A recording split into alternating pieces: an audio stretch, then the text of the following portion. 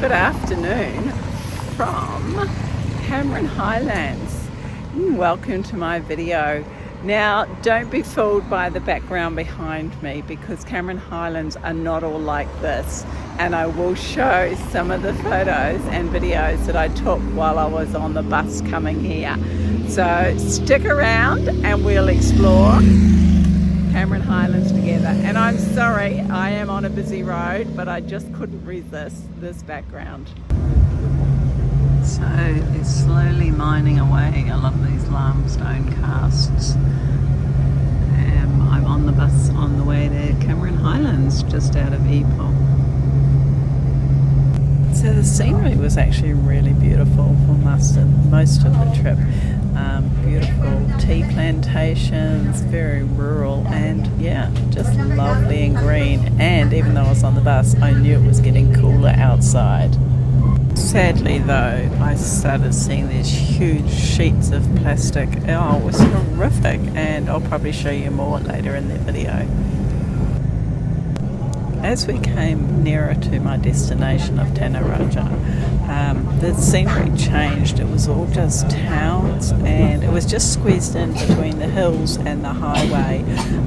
A lot of trucks with stock from the tea plantations and strawberry plantations, and yeah, just a huge variety.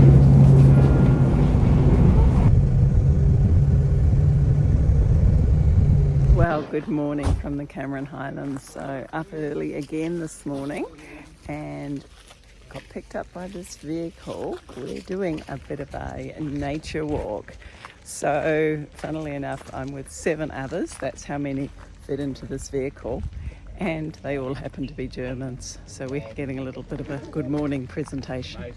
So we're not the only group here, there's a number of them, and you wouldn't believe it, our guide here, and I've forgotten his name, he has a son who lives in the same town as my daughter does in New South Wales in Australia. So how about that? There's my little German group. We'll probably stick together as easier. So these are not pickers, these are tourists all gathering around the tea plantation. And there's the tea.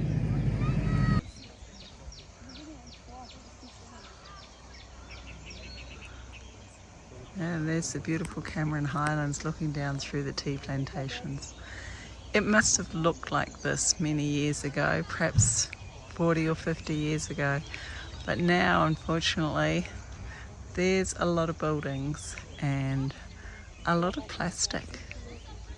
So this is the tea plantation where I am, and it's 3 generations have been making tea here. They own plantations in various places in Malaysia, so something like 2,500 acres of plantations.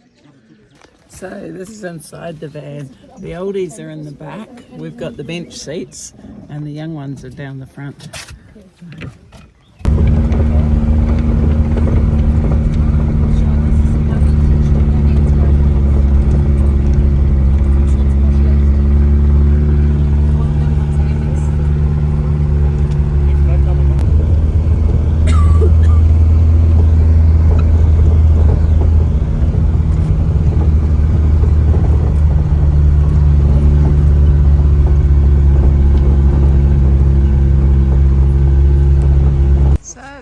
Second stop, and as well as paying the 50 ringgit to do the tour, I had to actually pay another 30 ringgit to go into this forest, so I hope it's worth it.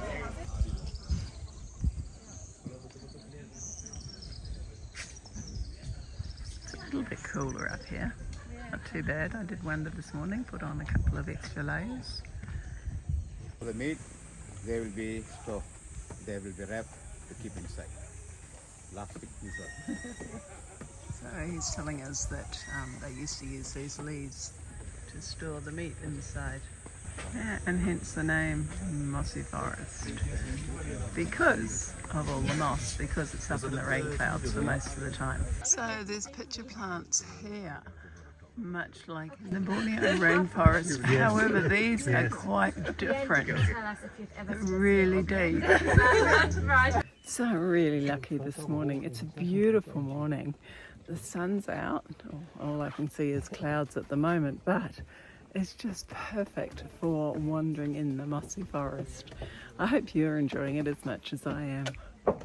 Just looking up in these trees, you can actually see another big pitcher plant up there. Yes?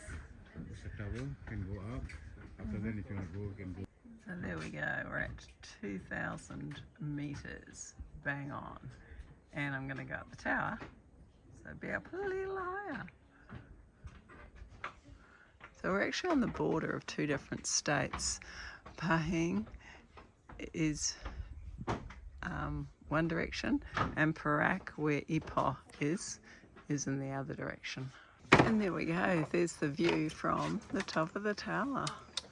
Yeah, it is nice up here, and it's nice that the clouds are sort of covering all those plastic sheets which cover the plantations, and coming right round. And down there is Ipoh with some communication towers. You can see, look at that beautiful blue sky. And there's a plane up there, not sure if you noticed it. So there's some more pitcher plants up there. These are cool because the sun's shining through them. Oh, I love them. So that's the sign for the border between two states, and the path continues on, but we're a bit restricted with time, so I better not delay and get back to the rest of the group. But yeah, there's even bamboo here, which is growing quite high. So it's so pretty with the sun twinkling on all the little droplets of water. Experience here with the traffic or So there is the boardwalk that we walked along with all the other tourists, but you can actually do a longer walk out to that Mount Irau. It's 8 kilometres for each way, and you need a special permit.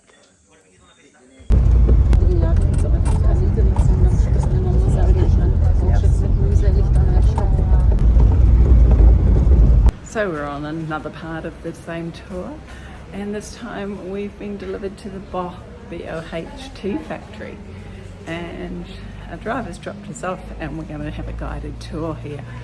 So, and then of course tea to buy afterwards.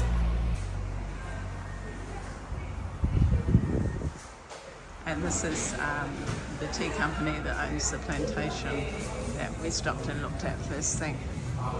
So I've just done some tea tasting, some cham and some caramel tea and some sweet orchid iced tea, and then the emerald tea. Now yesterday I had tea and scones down in the centre near where I'm staying, and it was quite sweet, and when I tasted the emerald tea, yeah, it was that sweet flavour. Not so keen on that, but this is the factory here, and I'll be hopefully going inside and have a look at the process shortly. So there's still a lot of manual work here, manual picking, etc, etc. Before we go into the factory, I would like to give a little briefing. But the processing of black teas are made here. There would be 5 stages. The first thing you would do, picking up the fresh leaf tea at the gardens. And the first stage will be withering. The objective of withering is to reduce the moisture content within the leaf by blowing a hot air. And the second stage will be rolling. We are going to twist and break the withered leaf, liberating the juice for fermentation. And the third step will be fermentation. We are going to leave it at room temperature for about 1.5 until 2 hours, during which the characteristic flavor and aroma are developed. And the fourth stage will be drying. The fully fermented leaf will going into a machine that is reaching 120 degrees Celsius. The objective of drying is to crystallize the juice and also converting into black crispy form. And the last stage will be sorting. We are going to sort the teas according to its size, from the biggest until the smallest. Each tea over here has its own density and flavor characteristics. For example, the bigger the tea is, the smoother the taste. The smaller the tea is, the stronger the taste. We also going to extract the stalks and the fibers for the fertilizing. And after all of this process is all done, we are going to send it to Banting, Selangor for packaging and flavoring with fruits and herbs. So that was a really short factory tour, and like the sign said, no photos. Very manual process still, everything's so hands-on, and the machines are back from 1935. So I wonder if they just keep this as a demonstration and have a much bigger plant elsewhere. But there's some beautiful flowers here, so let me show you. So pretty.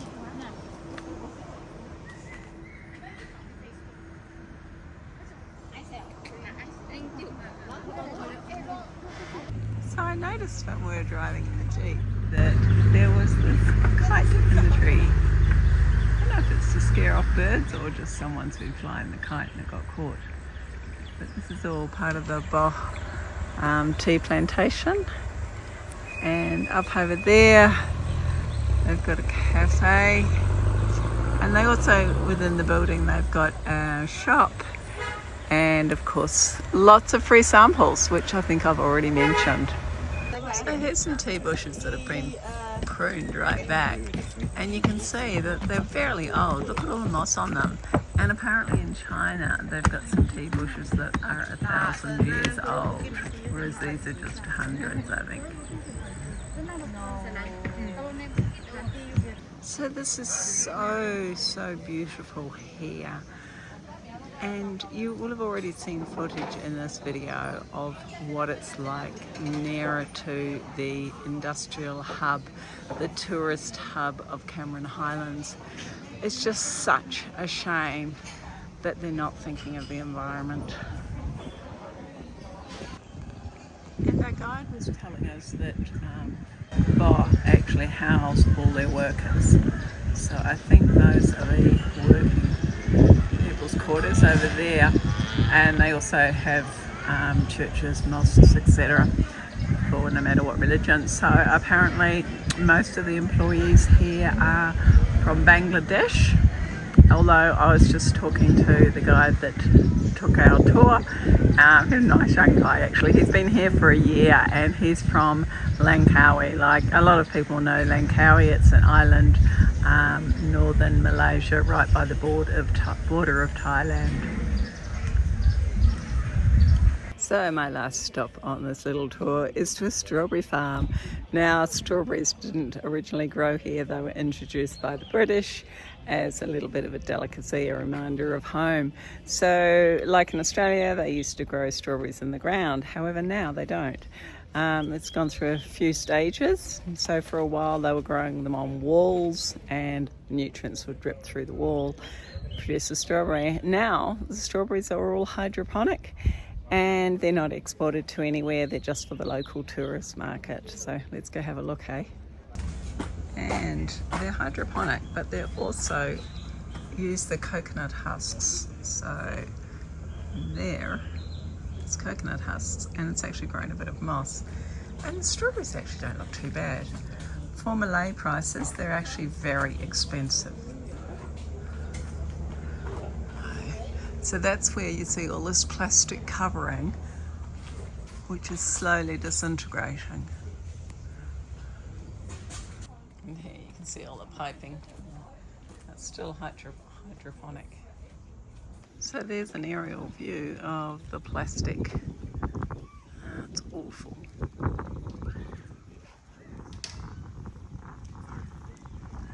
Not only do they grow strawberries, they grow cabbages. That's actually a really good cabbage, and that's 3 ringgit, so $1. Good value, not like back home.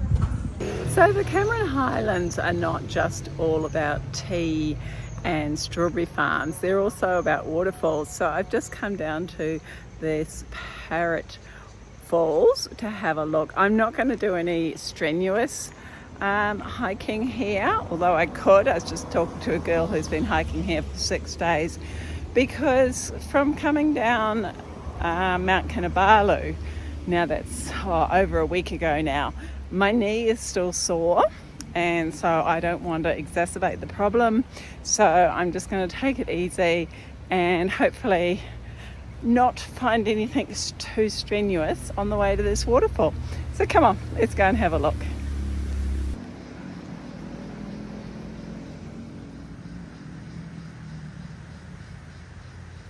So I came up the stairs and now I've come down the stairs. I haven't seen the waterfall yet, but I can hear it. So I think it should be a good one because there's enough rain here. And there's some old pitcher plants or flowers. Oh, this is more like it. Looks like there's a waterfall down there.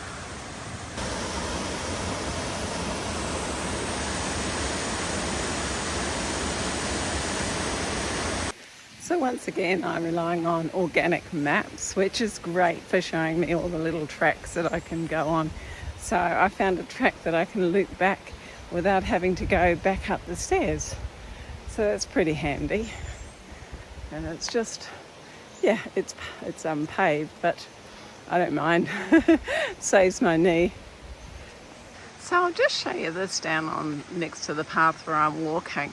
So this area is particularly prone to landslides. I have seen so many of these plastic sheetings to prevent further slides, but oh my gosh, look on the other side. This is what I mean by all the plastic trash. It's just horrible. It almost brings me to tears.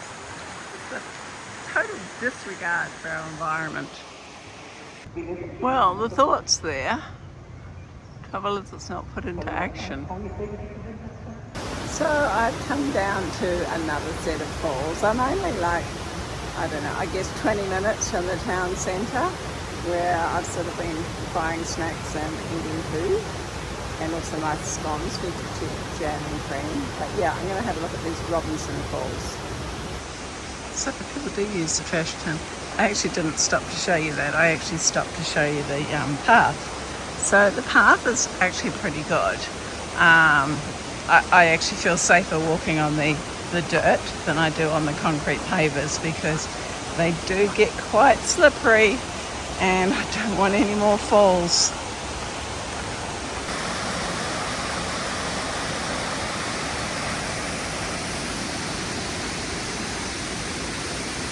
Oh, well that was worth my walk. This is really nice. It's all the way down there.